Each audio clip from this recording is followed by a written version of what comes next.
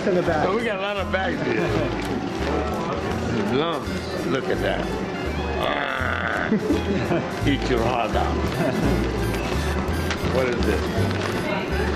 Look at these cherry tomatoes. I think maybe today there's gonna be tomatoes. That's what they said.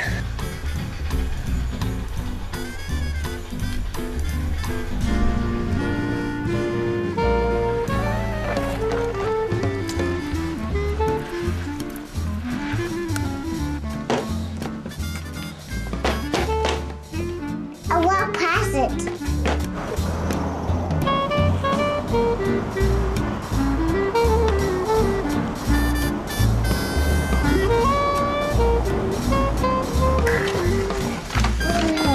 Where's that box from?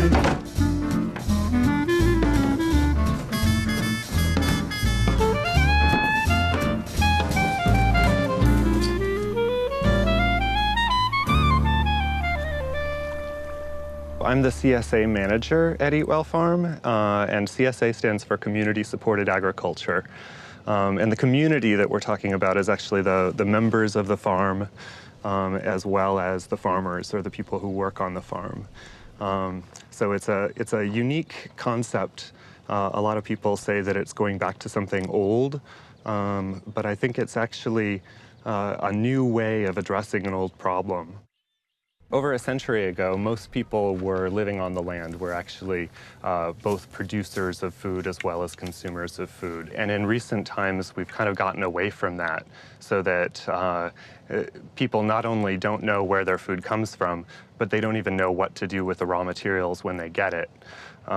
So a community-supported agriculture is a way of giving people back the sources of their food. Even if they live in a city, even if they don't have a garden, they can still have access to fresh food, and they can still know the people who are producing it. CSA actually started in the Northeast. If you look online, you'll see 633 on localharvest.org. They're mostly in the Midwest and in the Northeast and also in the Mid-Atlantic states. The West is sort of a new development of CSAs, and it actually developed a little differently here.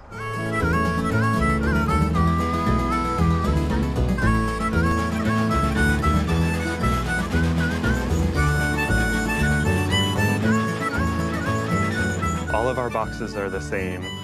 We don't allow any substitutions. So as soon as we know how many boxes we're preparing, then we can begin to plan the harvest.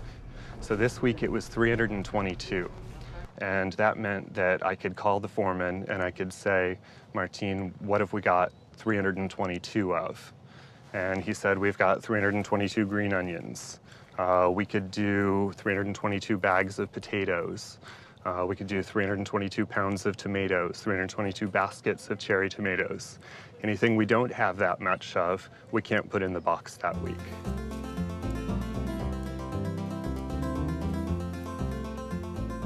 The harvest begins actually on Tuesday, the day before the deliveries.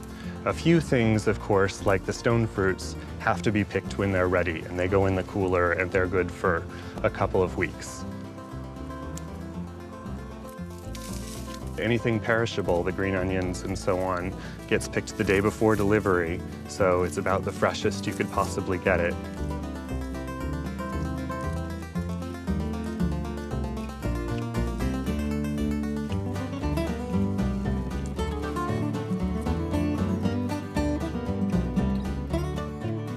I work on our weekly newsletter that goes in the boxes, and I compile the recipes. I do the recipes on Monday morning for that week's box, and by Thursday afternoon, if everything goes well, I have a list of what's going to be in the box next week, and I post it on our website, and then start collecting recipes from there. And ideally, you know, at least the main ingredients, if not everything, you know, will be from the box that week.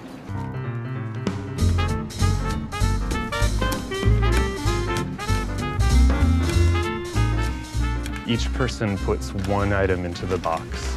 The box is moving down a line, and each person just puts in one thing, so nothing ever gets left out, at least not very often.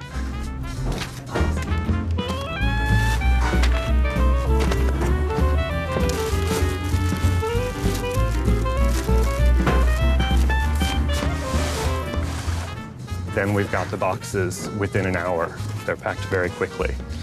Then I drive the truck into the city the next day. We only do neighborhood delivery. We don't do home delivery because otherwise it would be several days delivering the same number of boxes. You're sort of part of the production of the food, you know. You're providing another important piece. You know, we may not be farmers, but we're supplying the money that it takes to farm the vegetables.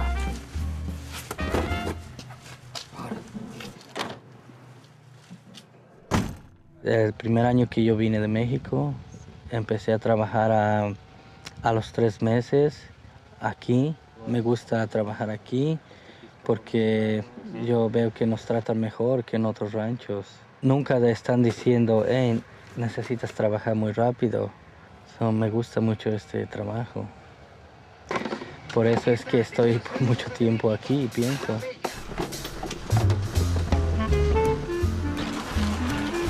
My first stop is San Rafael every Wednesday. That's at 6:30.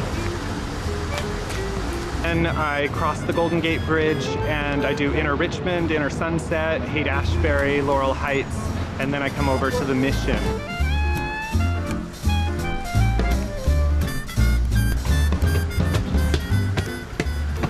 You can see people love returning their strawberry baskets.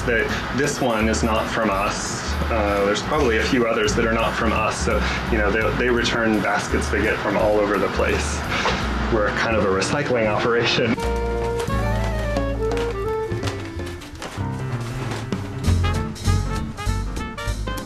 CSA means food with the farmer's face on it. It was a kind of movement in opposition to industrial agriculture, a way of getting food that had the taste in it and that was grown using more traditional methods. I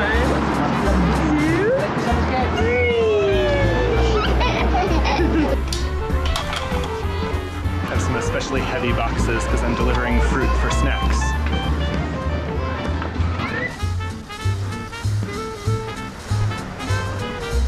It's about a 12-hour day. Absolutely exhausted. I just collapse into bed at the end of the day.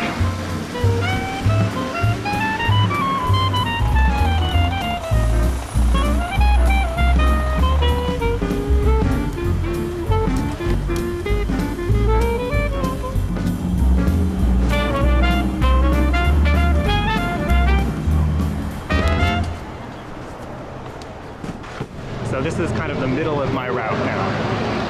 I'm tired, but this is a good time of day because it may only be 10:30 in the morning, but I'm half done. Where do you want me to put the boxes today?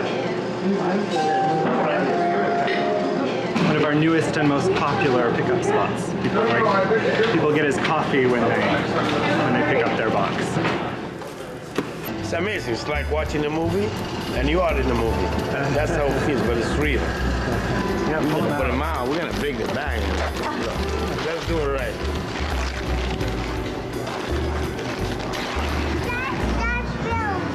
Here's Phil's.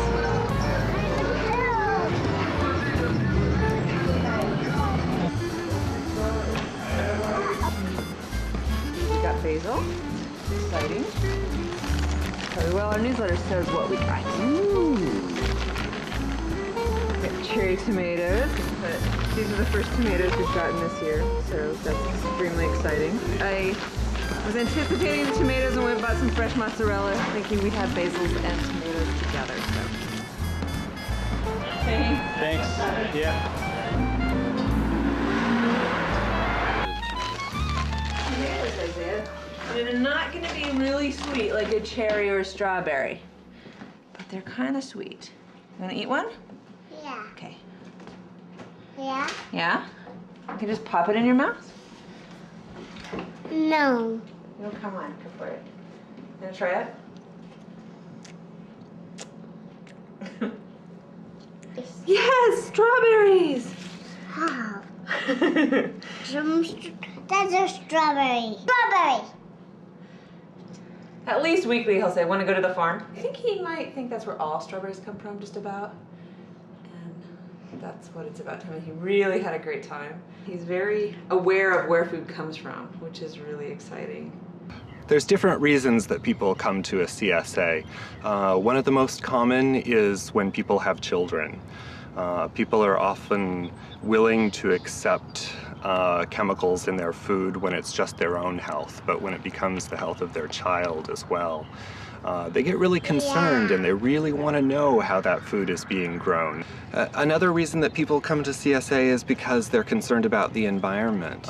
You've probably heard the statistic that most food travels about 1,600 miles to get to the consumer. Ours travels 70. There are people who just want to have the best quality food that they can.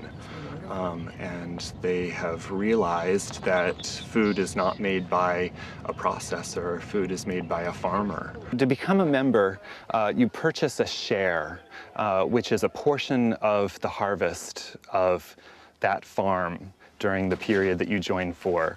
Some farms in the Midwest, in the Northeast, you'll need to join for the entire summer. That may run you anywhere between $200 and $600. With our farm, you can pay monthly, and that is as little as $84. We're not really spending any more than we did before on produce. This is, we call it ensalada caprese because that's what the Italians call it. And it's like summer. That's when you know summer hits, the first time you eat this. There's a lot of details that you would need to consider if you were shopping for a CSA. You know, obviously there's price, there's what they grow, things that are your favorites. But I would recommend not being too picky. I would recommend going with a farm that feels good to you. That's really going to be the most important thing, is your connection with that farm and with that farmer. And everything else you can live with. You know, if you don't like turnips, you give them to your neighbor.